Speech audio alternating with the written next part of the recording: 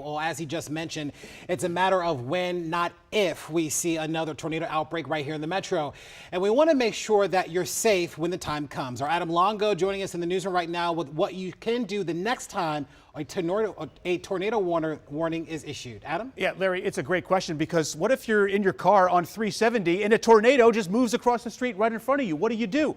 What do you do if you're at the Shady Grove Metro Station where this tornado is heading towards? What do you do? How do you make sure that you and your family stay safe? So obviously tornado outbreaks like the one that we saw last night, they're rare in the DMV, but they can and will happen as we've seen. So we do want to remind you about what to do when you find yourself under a tornado warning and you might not have a lot of notice. Now, if you're at home, bam, you're going to want to get to a basement, the smallest center room, the lowest part of the house. Also, have some flashlights standing by in that room because chances are if that room is away from windows and doors, it's going to be dark, so you're going to want to be able to see you and your family. You're going to want to cover yourself. Get a jacket, get a helmet if one's nearby. Grab a mattress and cover yourself and your family with it to protect yourself from any debris that might come down. Now, if you live in a high rise, you're going to want to go to the lowest floor possible. If you don't have time, if that's not possible, you can go to an interior stairwell. Those are constructed out of cinder block, generally speaking, and that's going to be the strongest portion of a high level of a structure. Now, if you're on the road, staying in your car, that should be the last resort. You want to try and find shelter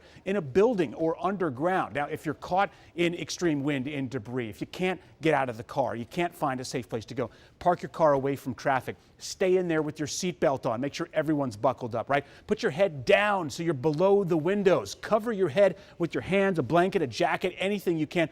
Only leave the car if you can safely get lower than the level of the road, like a drainage ditch that might be nearby. If you're outside, go inside. Seek shelter inside. If you're not able to do that, say if you're in one of these big fields in Poolsville and there's a tornado bearing down on you, here's what you want to do. Get away from trees and cars. Lie flat and face down. You're not going to get blown around as much if you're down like this than if you're standing up like this. You'll also want to protect the back of your head with your arms. Of course, we hope that you never have to use these tips. Some of them sound quite obvious, but it is better to be safe than sorry, especially if you haven't heard anything like this before. Larry? All right, some good advice there, Adam. Thank you so much. A great tool to also have when severe weather strikes is our free WUSA 9 weather app. When those tornado warnings are issued, and certainly as we saw them yesterday, we sent out push alerts with the latest information. You can also stream our live coverage even if you are not near a television. You can download it now by heading over to your phone's app store, just looking for WUSA 9.